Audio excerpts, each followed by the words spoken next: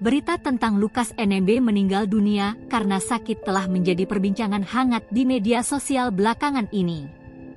Namun, perlu kita ingat bahwa sumber berita tersebut berasal dari media ULMWP yang memiliki agenda politik tertentu dan berusaha untuk menciptakan ketegangan di Papua.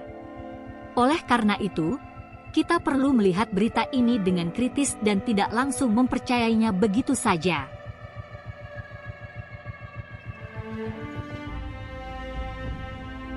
Pemerintah Indonesia telah memberikan penjelasan mengenai kematian Lukas NMB. Menurut pihak rumah sakit, Lukas NMB meninggal dunia akibat komplikasi dari penyakit yang dideritanya. Hal ini juga telah dikonfirmasi oleh keluarga Lukas NMB. Oleh karena itu, tuduhan bahwa pemerintah Indonesia terlibat dalam pembunuhan Lukas NMB tidak memiliki dasar yang kuat. Namun, perlu kita simak fakta-fakta yang ada sebelum menyimpulkan apakah kabar tersebut benar atau hanya sebatas opini yang tidak memiliki dasar yang kuat.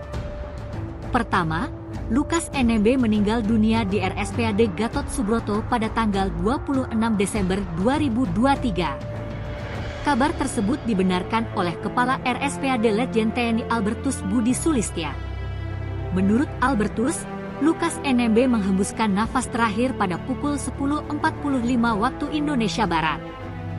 Kronologi meninggalnya Lukas NMB juga telah dijelaskan oleh kuasa hukumnya, Antonius Eko Nugroho. Lukas NMB sempat terjatuh dan kemudian diberikan tindakan medis, namun nyawa Lukas NMB tidak bisa diselamatkan.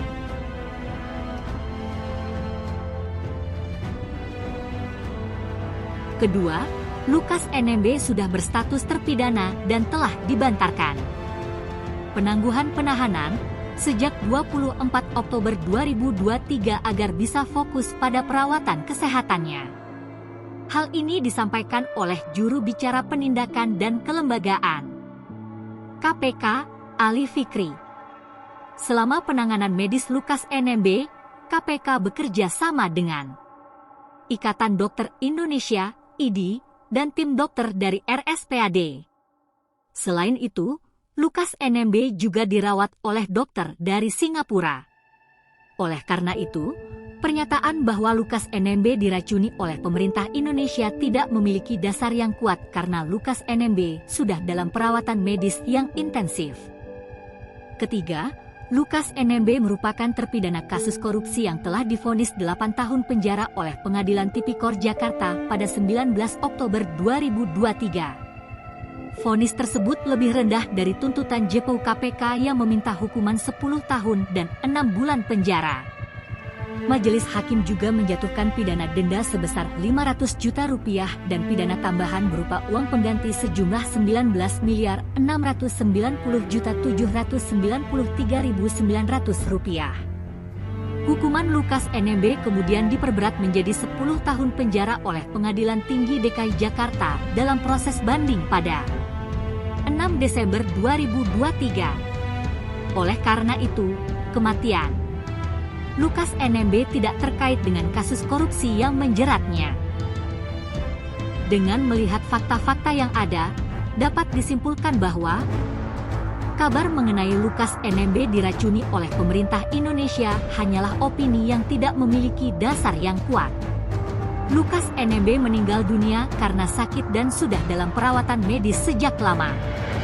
Selain itu, Lukas NMB juga merupakan terpidana kasus korupsi yang telah divonis oleh pengadilan. Oleh karena itu, penting bagi kita sebagai masyarakat untuk menjaga situasi di Papua tetap kondusif dan tidak mudah terprovokasi oleh opini yang tidak memiliki dasar yang kuat dan selalu mencari informasi yang akurat dan terverifikasi sebelum membuat kesimpulan. Kita juga harus bijak dalam menyikapi berita-berita yang beredar dan tidak terbawa emosi. Kita perlu memprioritaskan perdamaian dan stabilitas di Papua agar masyarakat dapat hidup dengan sejahtera.